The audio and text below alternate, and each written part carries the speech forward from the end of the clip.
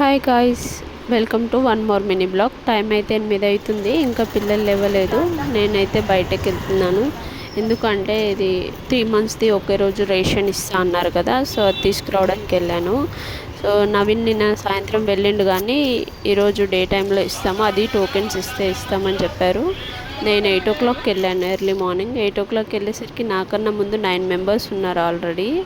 So 9 మెంబర్స్కి tokens, 40 మెంబర్స్కి ఇచ్చారు టోకెన్స్. సో నా నంబర్ వచ్చేసరికి 10:30 అయిందండి 8 o'clockకి వెళ్తే. సో అన్నట్టు మీరు కూడా రేషన్ తీసుకున్నారా లేదా? సో అలాగే మా స్కూటీ మీద 2 సంచులు వేరే వాళ్ళ హెల్ప్ తీసుకొని పెట్టేశాను అనమాట.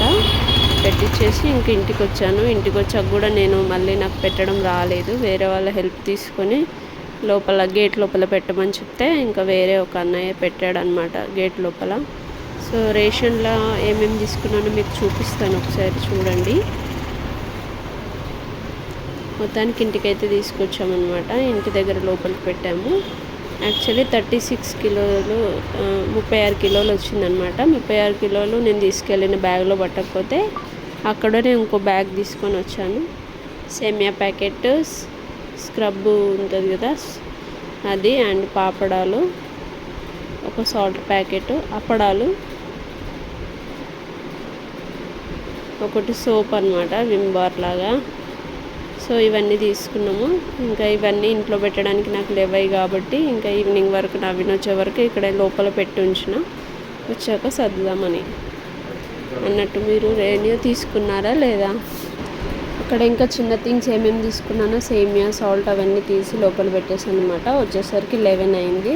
సో ఏం టిఫిన్ లేదు కాబట్టి ఒక బ్రెడ్ ఆమ్లెట్ చేసుకొని తిందామని చెప్పేసి బ్రెడ్ ఆమ్లెట్, పాలు తాగాను అనమాట.